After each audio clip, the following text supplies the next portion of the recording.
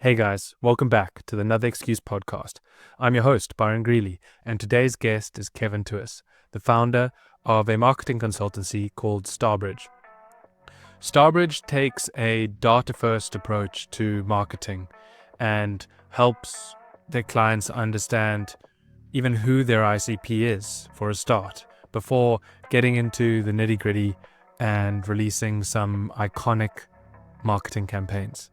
Kevin has worked with some of the biggest brands in the world, and so obviously at the beginning of the conversation, we talk about all things marketing and Starbridge. But the conversation develops into some tangible advice and tips in how to network and get the most out of networking, as well as how to build your dream life and take action, just like Kevin did. It's a wide-ranging conversation. I really enjoyed this one, and I'm sure you will too. Enjoy the show.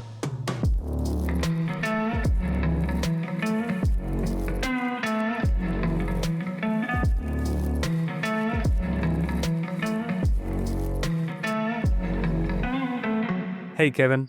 Thanks for joining me today. You've had a very interesting career so far, and I'm really looking forward to getting into it all. But before we do, could you tell us a bit about your current project, Starbridge? Yeah, sure. So I set up Starbridge. Good morning, Byron, as well. Set up Starbridge last summer, autumn, and it's basically a bespoke marketing consultancy where not an agency where whilst we can do 360 stuff with our third party providers, I want to go in as kind of fractional CMO, stroke MD, and talk much more about product, services, people, profit, planet, and look at wider scopes where companies are struggling to understand DEI, sustainability, internalization, global markets, price, product, place, promotion in a lot of detail. So I often get in these situations where I'll go to events such as Cannes Lion or Advertising Week, and I'm blessed to be with a fantastic global CEO, and 30 minutes with them often leads to a decent conversation afterwards to say, can you come and help us? Because you raise a lot of points that have also been my concerns, but no one can fix them. So hence I set up Starbridge, and it's the bridge between celebrity, brands, and agencies. Awesome. And so why Starbridge? What are you guys, could you go into a bit more detail into like what are you guys doing differently to a normal marketing consultancy slash agency? Yeah, sure. So one of the things I've been famous for as a founder for 31 years is creating entertainment legacies. And what that means is if the idea is that great, can it last 10 years, 20 years, 30 years? Obviously, 31 years ago, I created Winston the Churchill Bulldog, which is still the face of the car insurance brand Churchill in the United Kingdom. And it's a case study that's kept me busy for 31 years. So people often say, why did you create an animal? And how did that thinking come about? Why do you think it's become sustainable and so successful and transitioned multiple markets? And the answer is he was a puppy, and the brief was about females and getting them involved in car insurance. So you just have to deep dive into who your audience is as a request from the brand, and off you go. You can create them some um, different vehicles if you want, but it was obvious to me that if they had no females on, the cutest thing to a 18-year-old first-time driver girl was probably a really cute puppy, and I was right. So that's one thing we do, but also we work a lot in youth markets. We work a lot in entertainment. Obviously, the bursts and blushes of influencers and creators has seen the last really 7, 8 years as I left Unilad, Lad Bible really explode, and there's such a great creative industry. Um, there's often a lag between potentially a footballer, a boxer, a rugby star, a brand, and then an agency that might be controlling media spend or PR. So being that glue between them, and obviously I've been all of the heads of roles. I've done heads of agencies, heads of brands, consultancy, so I can put 3 hats on at one time, and it makes me quite dynamic in the boardroom, and people appreciate that I have sympathy and empathy on all sides of potentially a commercial arrangement. So I'm pretty good at steering the narrative so everybody wins. Interesting. And so you mentioned that understanding an audience is so important. Is there a certain type of approach you take when you get a brief to fully understand an audience, or is it kind of just dive right in and figure it out as you go? What's amazing is some of the briefs I see think that that's the audience they're after. So I often go back with a brief and get the feedback on the call and say, are you actually sure? Because what's actually happening here? Because I do a lot of evidence-based marketing. So I'm not one of those marketers that says, I think. I go into a boardroom with, I know, and there's a white paper and here's a trend. And I heard on stage and I spoke to Gary Vaynerchuk. And so I come out with a statistical base. So for instance, there's a lot of confusion between this Gen Alpha and Gen Z and millennials. But actually, what's critical to the brief is they've got to stick to one audience, because there's only so much money to go around with advertising. So it's important that they truly understand who their first core market is. And that can be a bit of a pull and a push. And sometimes it's come out of a brief where they've had to do agree a weighting 70-30, 80-20, 60-40. But obviously, for the spend perspective, that can be quite dangerous because you are bleeding media spending potentially the wrong way if you've got it wrong. In that instance, I'd suggest like an A/B testing. We potentially take 15% of the budget or 20, test it, test the results, and then go for it. So if brands really can't decide if they are bang on, then we always involve testing of sorts to make sure they get the best bang for their buck. That makes sense. And at Starbridge, you guys mention marketing events. Could you Yeah. describe what a marketing event is? What does that mean? Yeah, so we get involved in lots of third-party events such as Soccer Aid, Commonwealth Football for Good Day, stuff potentially at number 10 Downing Street in the Royal Family, which I can't go into too much detail. But we help brands do VIP events. Obviously, my career in entertainment has been right across some of the biggest brands, Ministry of Sound, Ibiza Pasha, nightclubs, Kensington Roof Gardens, V Festival, Glastonbury, White Party LA, so Advertising Week London, New York, and obviously Cannes Lions, which is probably the biggest event in Europe every June, which is amazing to be part of a keynote staging panel or to bring celebrities across or put brands together, help them create the storytelling. I love getting involved in the storytelling piece because obviously if we've got a great case study we've been working on, we've got some crackers for 2025 to talk about from last year on stage. It just makes the audience who've paid for tickets or are sitting in front of you listening thinking, oh my God, we should have done that. And I think it's really important as, as MD, CEO, is that hat on has to be like, if I'm going to talk to someone, I want them to leave that event going, holy moly, like that's exactly what we should be doing. And we've missed a trick. And if I'm going to work tomorrow and just implement or ask the question that Kevin's posed and show him my team what he's done with his team, then that really creates value. And it's amazing. I come on stage and my LinkedIn goes with DMs. Can I see you? Have you got a coffee? And I see and speak to everybody. So I hate this. I always remember emailing Jeff Bezos and he got back to me in 9 minutes. And I think, well, if you can reply to me, I am definitely going to reply to it because I'm nowhere near that cleverness and wealth of experience. So I always try and connect with whoever's on the events and staging. So it really depends: high end, ultra high net worth, millionaires, sporting professionals, trade industry standing globally. But I think my common theme is talk common sense to who's listening and attending. Great. And you touched on it a little earlier in terms of the different ways of talking to Gen Alpha, Gen Z, and millennials. Why can't these different demographics be spoken to in similar ways? The answer is technology. So, and that's the whole point: is if they are looking at Gen Alpha, and there's even a wisp of broadcast television, I'm like, well, unless it's Xbox Live and Go Henry, because that's what I call the peer pressure piece. There's no point spending money. And what I mean by that is, if you want to market to a 9-year-old and you are Lego or Hasbro Sweets, they don't have a credit card. They can't just rock up to the co-op and place their card on the till and buy some Lego. They can't do it. So peer pressure with mum and dad, or I call it bank of mum and dad because it's exactly what it is, right? It's like the Christmas wish list. I want Scalextrics. I want a Pokemon. I want all these things. So marketing to a 9 to 12-year-old can be through other forms on TikTok and Instagram. It can get there. I know there's all these regulations around, but you need to be 13. It does not always transcend. We live in the real world on these calls.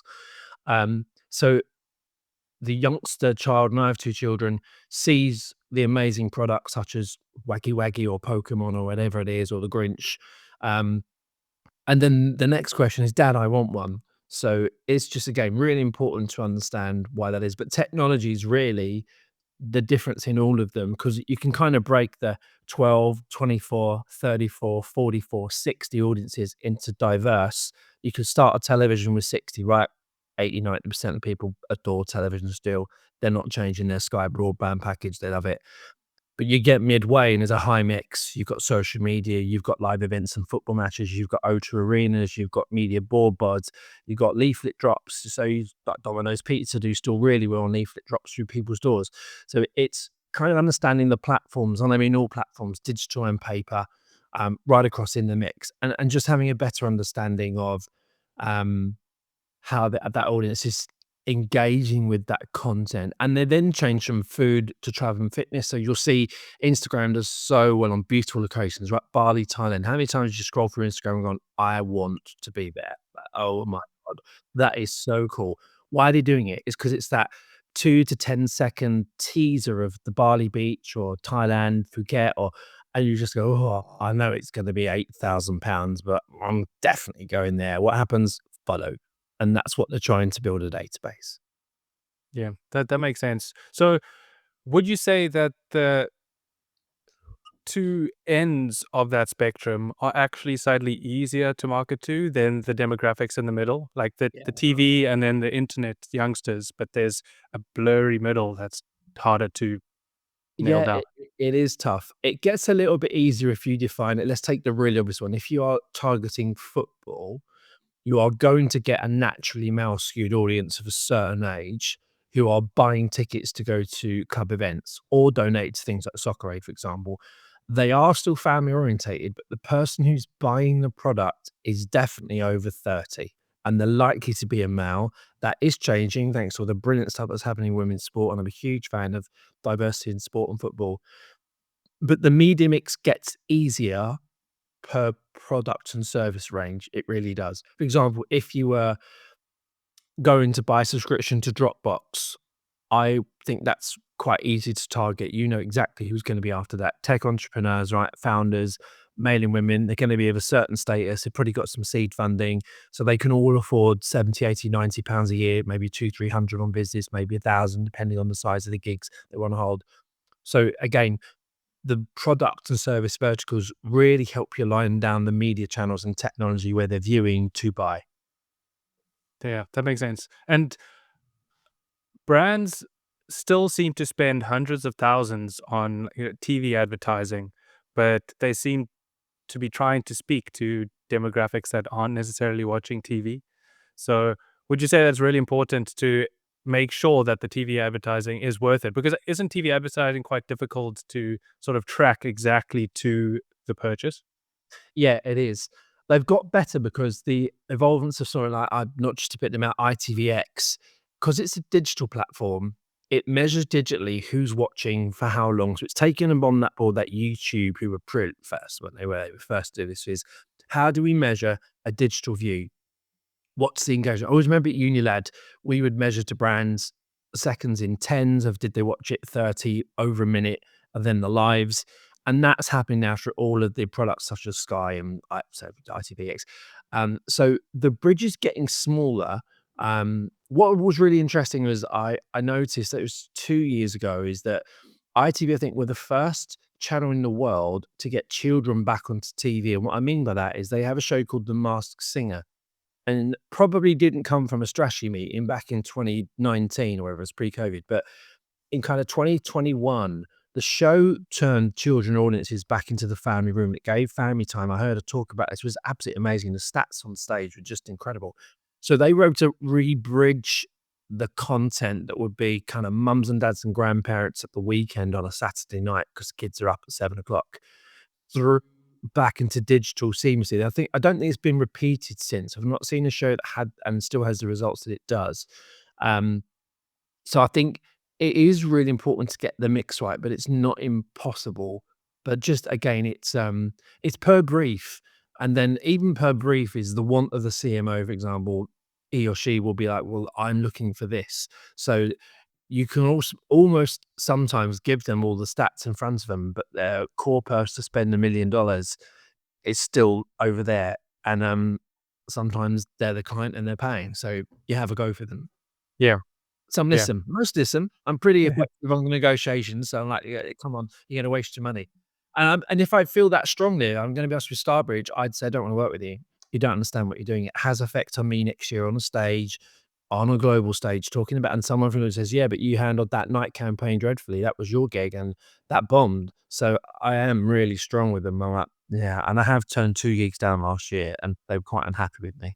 Well, Is what that's it is. yeah, exactly. It is what it is. Um, and how important has data become? I mean, with all these platforms and like the intricate data you can now track on UGC campaigns or any marketing campaigns, like how important is data, or is it too specific at times and can like sway decisions in the wrong direction? I still think we're only 50% into the data cycle. I think it's like internet search. It gets better every year. SEO, when you look at it now to 10 years ago, is just phenomenal what it does and understands, and the keyword analysis and how it benefits platforms. Yeah, it's really important. I love it. I love a bit of data.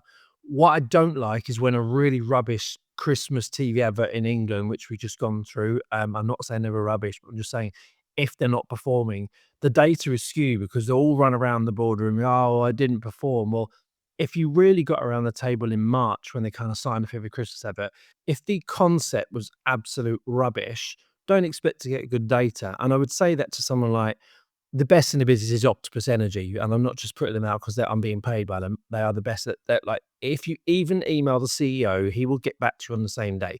If you have a problem with their pricing or their customer service, they are on it.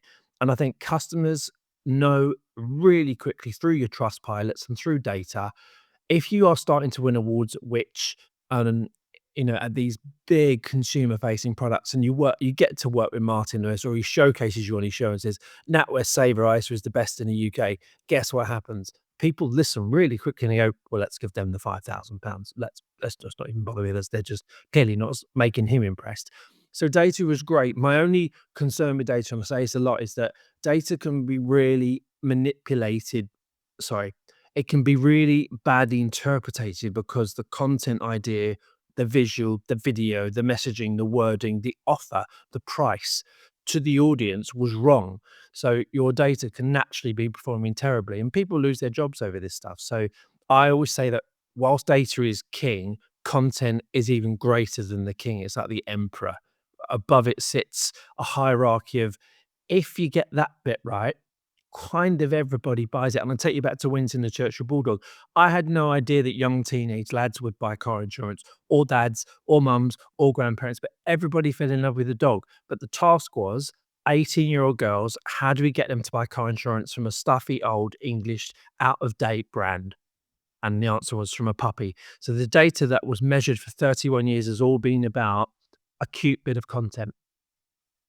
And I suppose you could also cherry pick data to sort of prove your Yeah. point and leave Oh, out the bits that actually that's right. tell you information and steer you in the right direction. Because I suppose some marketers will cherry pick the data to sort of show their client that, hey, they did what we expected to do, but that's not necessarily the case if you look at all the data holistically.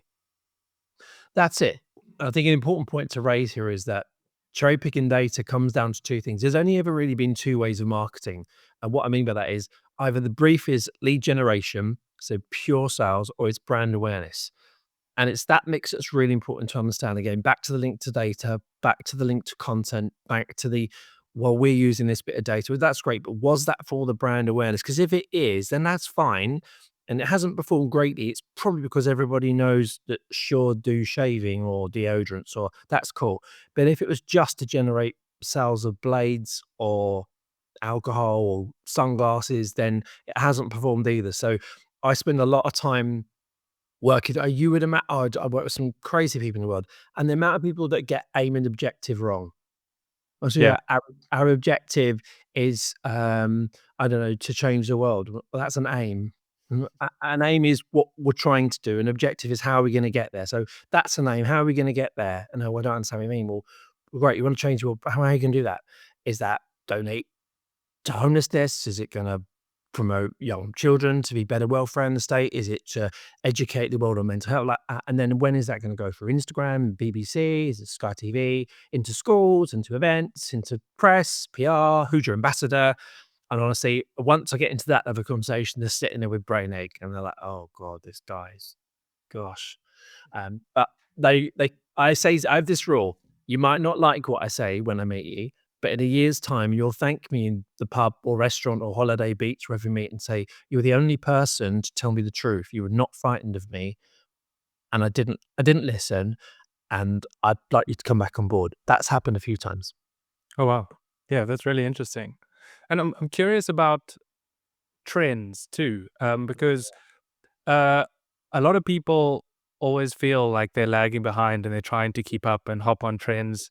Would you say trends play an important role in marketing, or is the focus more on like the product, the brand, and then trends come afterwards? Trends are super important. Again, this is a really great question. Well done here. These are substantially better questions than I normally get asked. So congratulations, Byron. Facts. I will send you payment afterwards. Uh,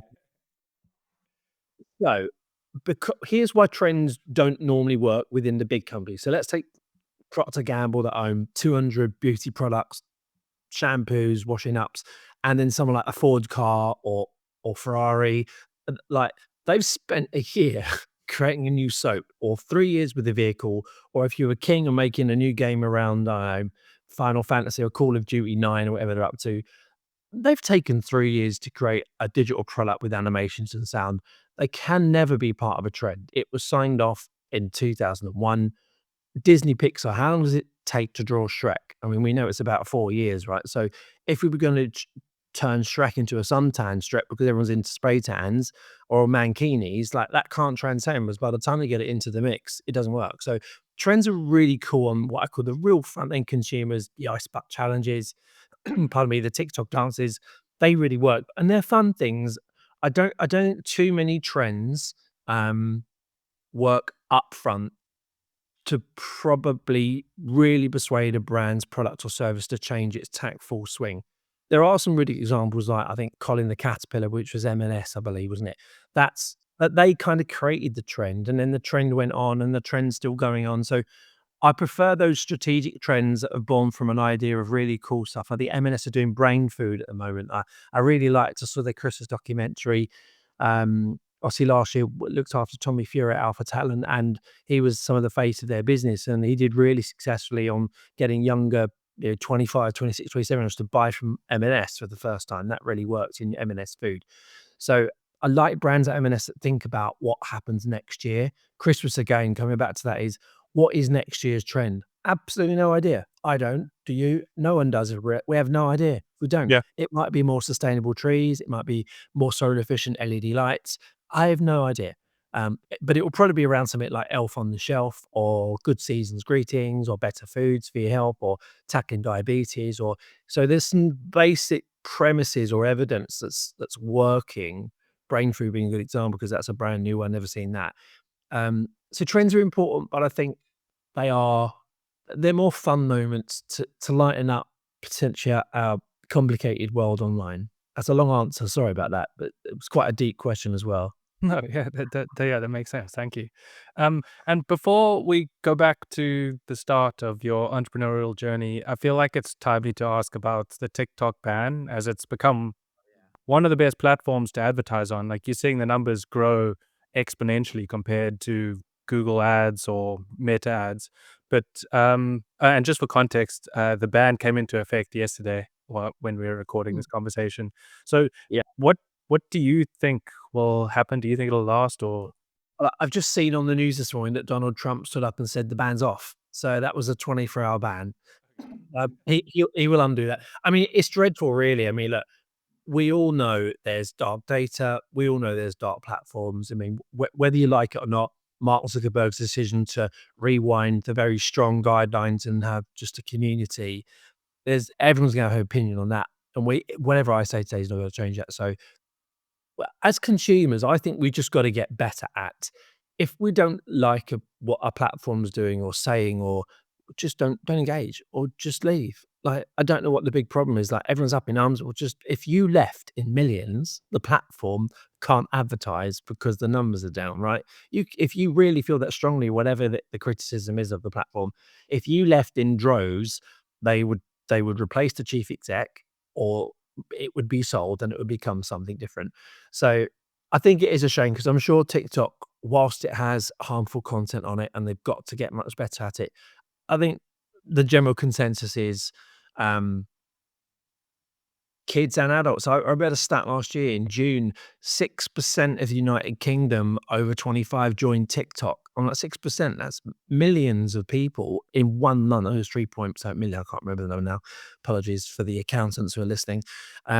Is that like, it's not just a platform for children. Now, you could argue, did mum and dad join because their children are on it? Maybe, but they can restrict mum and dad from seeing content. So, and I don't believe I love TikTok, and I'm definitely not 25. I find its UX stunning. I think it's one of the best UXs out there. I struggle with Snapchat still. Maybe that's my age, though, but every time I log into Snapchat, I'm like, where on earth am I going? I see symbols and pathways that I don't understand, and that's probably because I just don't spend enough time. So sorry, Snapchat, I don't spend enough time. But I do find TikToks, it's not happened overnight, is it? They were ByteDance first, and they spent years and years and years and years and years and years and years refining this clever platform. And you got to give it to them. They've smashed it, and they're going to continue to smash it. Yeah. And do you think TikTok has changed the way people do marketing? Yeah, I do think they have. Yeah. Again, it's the measurability of the data. We talked about this a lot earlier, is that you can measure everything through digital ads, but you can on YouTube, you can on Meta.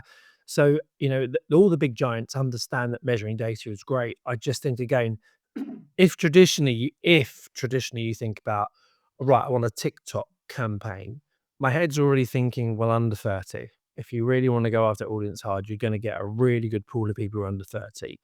So, but if someone said, well, I really want to look at maybe football results, to guys, I'd probably steer to YouTube Shorts or more of a YouTube strategy. So, because it's kind of a video library. So it really much depends on the brief. But yeah, I think it's all great questions. But again, if your creative is rubbish on TikTok, Meta, or Google, YouTube, it doesn't matter how much media advertising budget you throw at it, it is going to fall over. So you've got to man up at some point, and woman up, I'll leave them out, is just to sort your creative out. And if you're uninsured, then test it. I don't mean like forum test it.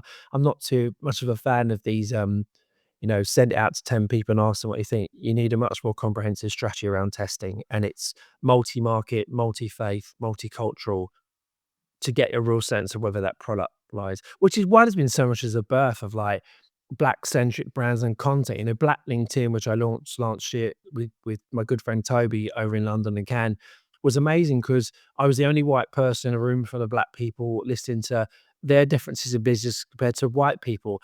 And it really affects me that they're still potentially behind the curve. I hate to say it, just it's not flippant, but like there is still an element that they're behind, the world stage. And you think, well, yeah, but we've got Barack Obama, we have will.i.am, we have Usher, all these great music talent and amazing speed vehicles in the world, and yet still on the grassroots, there's a lot of work to do. So again, sorry, another long answer, multifaceted, but hopefully thought provoking to the audience listening and yourself.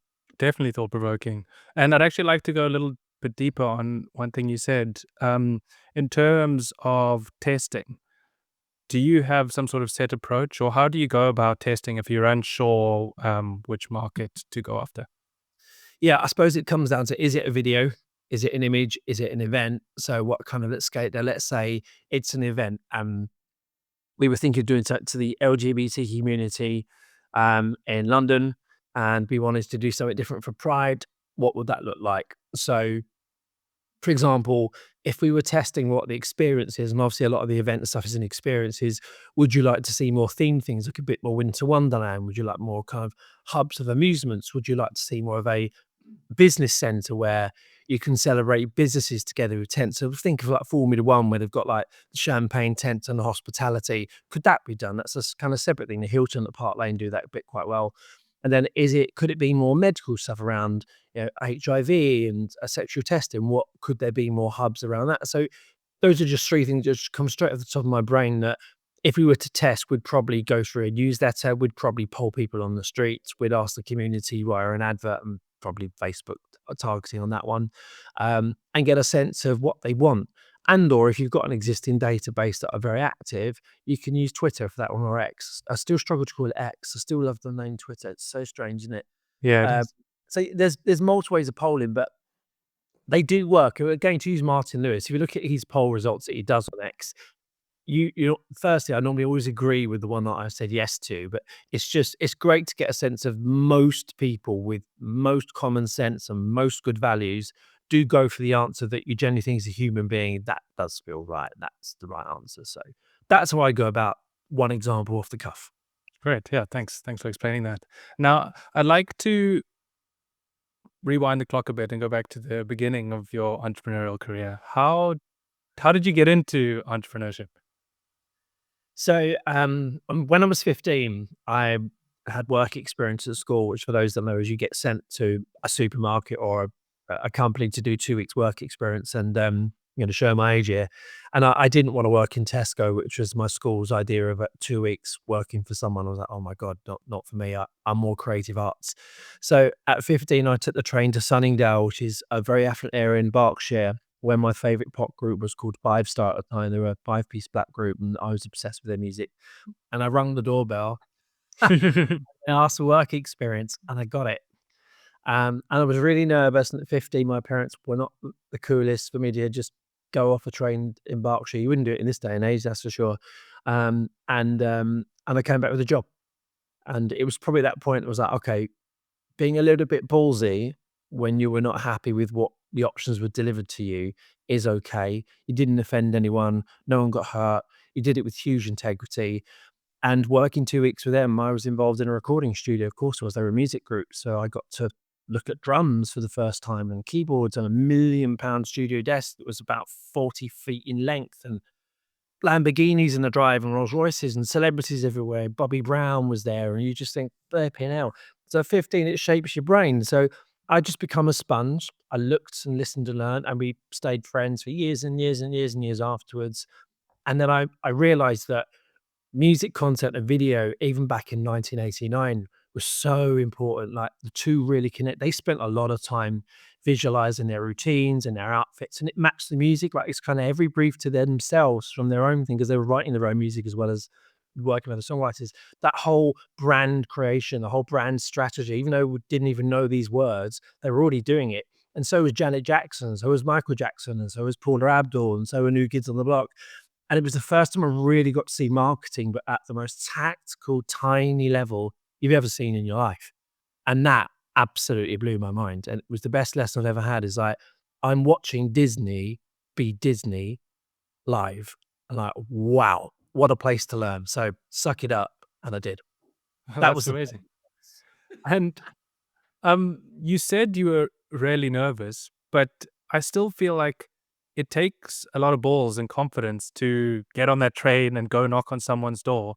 oh, So would you say that you were more confident than the average kid your age, or were you just so against working at Tesco that it motivated you enough to get on that train? yeah, sorry, Tesco. This is not a dig at you at all. But my job was to be stacking biscuits. So my A grades were photography, creative arts. So I knew that while stacking biscuits is absolutely fine, I just thought I'm not going to get what value am I going to learn from stacking biscuits? If I work with someone more creative, I might learn how to make a record. I might learn how to take a photograph better. I might create a portfolio that will get me a job in. I went to work for Terence Conran as a photographer, and how am I going to do that? By stacking biscuits. So I need a portfolio. So I know I was absolutely pooing my pants. I was the most unconfident 15-year-old you've ever met in your life. My mum was so shocked that I went. She was like, really?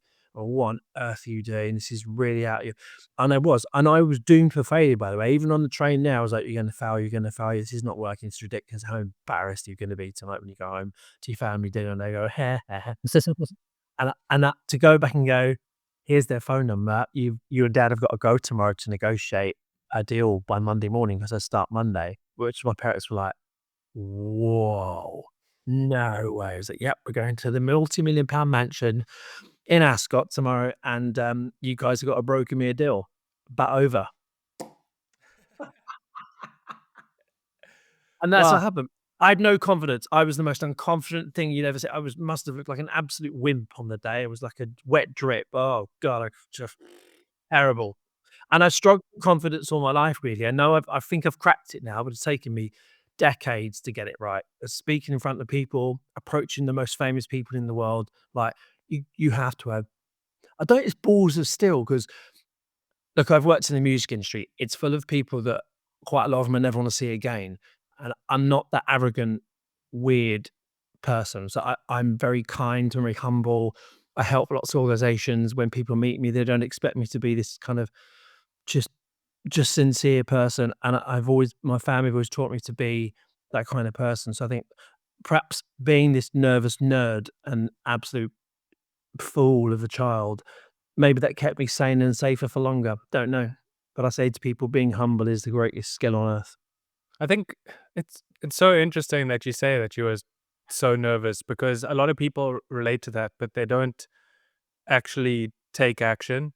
So I still feel like there's some sort of entrepreneurial trait embedded within you to realize that getting that other gig would be more beneficial to you going forward because I'd say 80 to 90% of people would have just, even though they didn't want to and they would have hated all 2 weeks of it, they would have gone to that Tesco job and they would have done it anyway.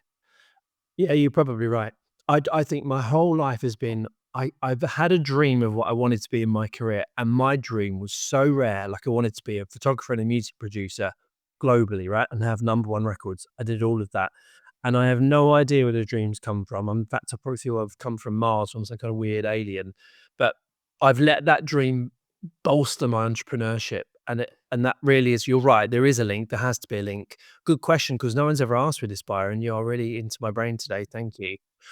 Is There probably is inherent link. If you can just attach your dream career or dream role, and it doesn't have to be I'm worth millions. It was never about that. Whilst they had Lamborghinis and I'd have loved one, I just wanted to make people enjoy my music and watch them on a stage and watch millions of people go mad for something I created in my bedroom or my office or my studio. And that's where the dream ends, is that like that's my entrepreneurship. If I can create and the world loves it, then I can go to my grave going, absolutely smashed it. They loved what I did. That's really where it comes from. Yeah. Yeah. It's a drive and motivation that like knowing what direction you want to head in, which is really important. And it's hard because I think it's worse nowadays because really back in those, I had radio, I had paper magazines, like TV Times, God, how old am I? Television. There was no Google, there was no Facebook, there was no smartphones, there were trains and cars, planes and animals, and that was it. So actually, probably my journey to get to them would be amazing and so much simpler. If you wanted to rock up to Adele's house in Bel Air, Beverly Hills, you can't. You can't do that. You've got a massive gate with a guy with a gun, and then you've got to have a clipboard and put your name on. Then you've got to go through a manager to get an appointment. He'll say no. And then our peer and publisher will be like, what are you doing that for? Don't say no. And then a attorney will be involved and go, absolutely not doing that. No. So maybe I had it really easy. Maybe I did. It was just probably the year where you didn't think about going out to celebrity and broaching uh, a serious situation. It was just like, can you help me? I'd love to work for you. Simple Yeah. question. And you mentioned that you stayed in touch with him years afterwards. And I'm curious, how important has networking been in your entrepreneurial journey? The number one. If there's one thing I say to people, just network, network, network.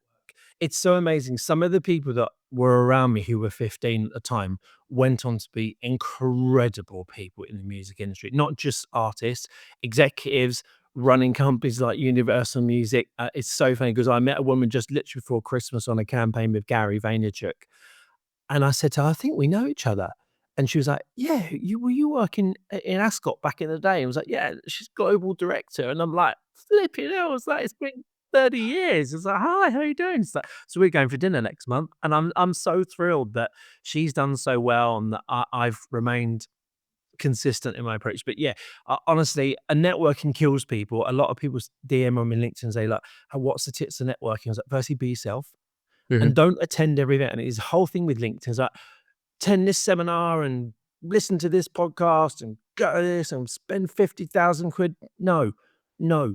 I say to people, try and see who's going as the speakers. And this is why events have got really clever recently, is the quality of your speaker on the stage is what drives ticket sales. And that's difficult because some of the ticket sales can be 3, 4, 5, 600 quid. What 18-year-olds got that to spend? Like that's 67 McDonald's meals, and I know what I'd rather have. But if you can get in front of Ben from Gymshark or Elon Musk, as I did in Cannes Lion, or Mark Reed at WPP or Andrew Vidal at the National Lottery, then you're going to learn something, right? And these aren't broadcasts. So whilst you've got the Twitter retweets, you're never going to get the nuances. And when you meet a real clever CEO, and then what you got to remember is think about the person you're sat left and right with. Obviously, if they've got their name badge up the right way and you can see them, great. It's the ones that turn it around or the ones that put it in here, because it probably says head of digital at Google, right? Very flipping useful guy or girl to know. Really super good writer. Head of diversity for PepsiCo. Like, get a flipping meeting with them. Like, they are ace. They are shit hot what they're doing in the world. So and honestly, it's not about, and it's mad. I've met more people in the pizza queue or the bathroom than just on stage. I really have, because you bump into someone and I don't know, like someone spilled a drink on me once, and I was like, oh mate, it was, oh, I'm really, really sorry. That's okay. And then we just kept, so every time I saw this person, I avoided it. I was like, oh my God, I'm gonna get wet. I'm gonna get wet. And it turned the thing on the whole day. They ended up being a very, very senior exec in the number one brand in the world, which you can work out what that is. And we've remained friends for 11 years. And he's just epic. He's still C-suite level. And when I need a favor, I say, look, I've got a bit of advice. And he's remained a mentor to me, actually, which has been really sweet. And so networking, but be really choosy about where you either go to or spend your money. Go to the event because it's right for you, and have a link to the questions you want to ask or people you want to meet. And also say, so a really big tip is that if you go to an event and you can't get to them, because what happens with these big stage events, Byron, is you bring on the 4 or 5 people that you want to meet to, and they're gone. And they go because they're chief execs and they're getting their Mercedes and their Rolls Royces, or Simon Cowell gets in his fleet of S clubs and he's off. So how do you get back in touch with them? So work out who their artist manager is, or tweet them or DM them, and just get their messages. There's plenty of software under LinkedIn that can get you software, email addresses, or work it out. It's not that hard. Find a PDF with the PR, work it out, spend a couple of minutes. The amount of time I deep dive into data to get someone's email address. And I tell you what, I've had 95% success. I say, hi, didn't get to see you yesterday. Loved what you said. Say something about what he said. I loved your take on global ethics, sustainability, how you're profitable in this market, why you said no to Idris Elba being in your film. Say it, because they know you were there, right? And tell you what, you'll get a reply, go, lovely, let's do a Zoom call. Boom. That is legendary. That's great advice. But how do you balance, say, approaching these people at these events without them feeling like they're being bombarded? Because I'm sure, like, if you're high up in a company, everyone wants a piece of you and wants to speak to you. So what is your approach to sort of sparking up a conversation where it doesn't feel like, oh, this is another person trying to get something from me? Yeah, it's great. And look, and everybody is, and they know it. I know it. You know it, right? You're a clever man. Be specific with your request. Don't just email the CEO of Mediacom and say, hi, I really like you speak. Would you be able for a coffee? He hasn't got time. He hasn't got time. He's got 3,000 staff in 27 countries. Like, he's in charge of a $4 billion P&L. Right? But if you said to him, hey, I'm just out of school. I saw what you said. I really love what you said about that creator on stage. I've seen you on YouTube. I'm looking for an internship. Is there any way you can help me get involved? Guess what happens? Yeah, no problems. Here is Claire. She's in charge of HR. Here is Brian. He's in charge of apprenticeships. Off you go. Good luck. Be in touch. Send. They will send you a 16, 21, 31 word email. That's all they do. Don't send them reams and reams and reams. As soon as they see it on their mobile, they're out, off. So be very specific. So like in Starbridge, and I've done it even recently with a big multinational film company, is, hi, I'm Kevin from Starbridge. I've worked a lot in this area in this film. I'd love to speak to you about marketing your campaign going forward. Please let me know. Here's the link. Done. Ah. It's pretty cold. And is it a different approach in person, or?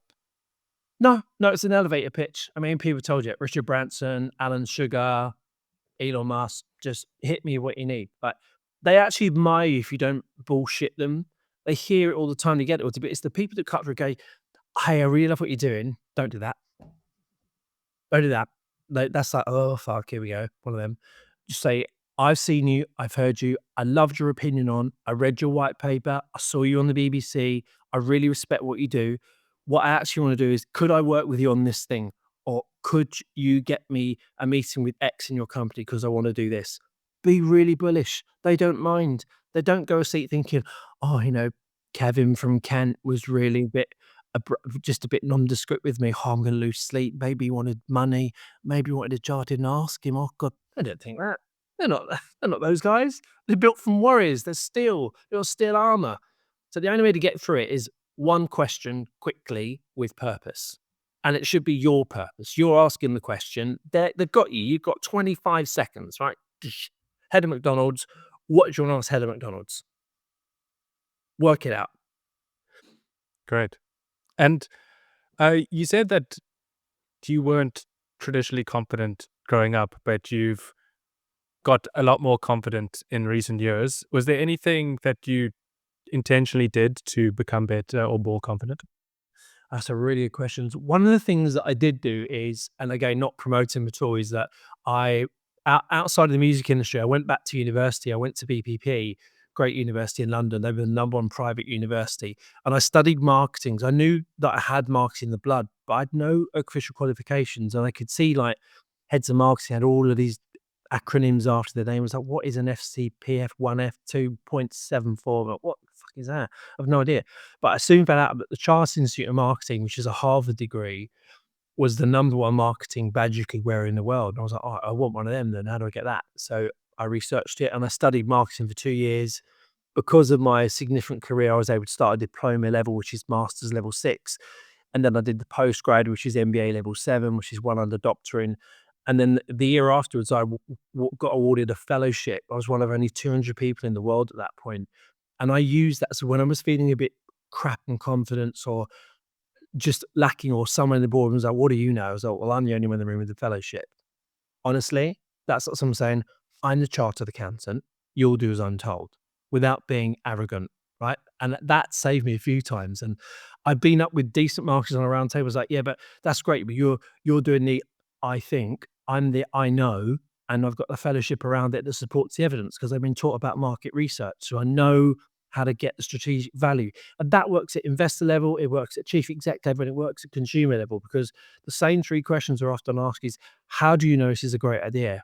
And I'm able to deep dive in that well until they go, all right, I have no further questions. So I think using academic principles, if you need them, I did, because I was a creative. I'm the worst person in business, right? When I walk into a chief exec's room, it's like, oh, here comes the advertising guy. Oh, Christ. Here we are. Oh, what fluffy dog or fluffy poem or what PepsiCo? Who's Britney Spears singing? Is she, I suppose? You're met with so much BS. So I have to detangle some of the very different conversations I've had to have. That's helped. That's one thing I've done. Secondly, simply, Byron, is know your shizzle. Go in there knowing them, know their company, know their market. This is all available online. Just Google it. Say, like, what are the Pepsi global sales in Germany? Click. There's a PDF. Read it. Yeah. They produced the report. You're reading what they wrote. You're already in their boardroom. You're reading their thinking. So why don't you go in there knowing what they're thinking and then reading what they wrote, right? Because I can't then say to you, you know what you're talking about. It's like, yeah, but you wrote that. Oh, did I? Crap. All right. Carry on. Yeah. Oh, Yeah. no, you chisel. That's great advice. Before I end every conversation, I ask my guests if they have a question for me. Yeah, I do have one for you, actually. Great. You somewhat, I think you're the nicest person I've ever done a podcast with. You're so, I love you. You have this wonderful spirit about you, like your smile, your energy. Thank you. What is from your podcast? What do you want to achieve through people like me? How do you stand out as a killer podcaster, which you are? And it's been a pleasure today. Thank you. What is it? How do you want to change the world through podcasts? Is my question. There you go, I've got to it. I did my own methodology there. Great, thanks. How do I want to change the world through podcasting? To be honest, I haven't thought that big yet in terms of my podcast. I started my podcast purely for selfish reasons. And the first was I wanted to practice speaking and having conversations on the topics that interest me. It was also a project that was one of the many ideas that I've had that almost fizzled out. And so I wanted to take a meta approach to it too, and uh, have conversations with people like yourself where I can learn in the process, but also create content, get better, and meet new amazing people. So I started all for selfish reasons, and I'm now at the moment for this year where I'm focusing more on growth and probably need to do um, more thinking on what kind of impact and change I want to make. Um, but I haven't given it as much thought as I probably should have, because the focus was to just get better. Um, and now I'm at that point now where I'm making the shift to how can I grow this? What impact can I have? What tangible results or outcomes do I want to get from each episode? Things like that. But yeah, I'm at that transitional Awesome. stage. Can I give you a closing comment? Because the more I've talked about it is, and I don't know where your business analytics are or strategy, and I'm new to meeting you, is that if you had something like changing young entrepreneurial lives through podcasts globally would be a lovely 7 or 8 words in the lift if someone asked you what you did. Because you've That's got great. young entrepreneurs, what you do is podcast, and changing lives. Those are really important 4 or 5 messages in 4 seconds. And if someone doesn't understand that in 4 seconds, get out of the lift and find another person that understands English language. Thank you. Yeah, that's an amazing mission. I think I may steal that. I appreciate that. And that's an aim. That's not an objective. Just for everybody listening, is like the objective we didn't discuss is how How? we're going to do that. We know Yeah, it's a podcast, but the podcast is the aim in changing lives. So there we are. great. Thank you. Well, thanks. Well, thank you for joining me today, Kevin. I really appreciate it. If people want to find out more about you and everything you're working on, where can they do so? LinkedIn's the best, or wearestarbridge.com. Great. Thanks, Kevin. Thanks for your time. Thanks, Chat soon. Thanks for listening. I really appreciate you making it all the way to the end. I hope you enjoyed the episode. One more quick reminder before you go. I have a weekly newsletter by the same name, Another Excuse, where I cover 4 topics: something that has changed my perception, a tool that could be useful to you, content that is actually worth consuming, and a concept that I try break down and explain. If this sounds of any interest to you and you need a kick up the arse, then you can subscribe at the link below. Thanks for joining me again, and I'll see you next week.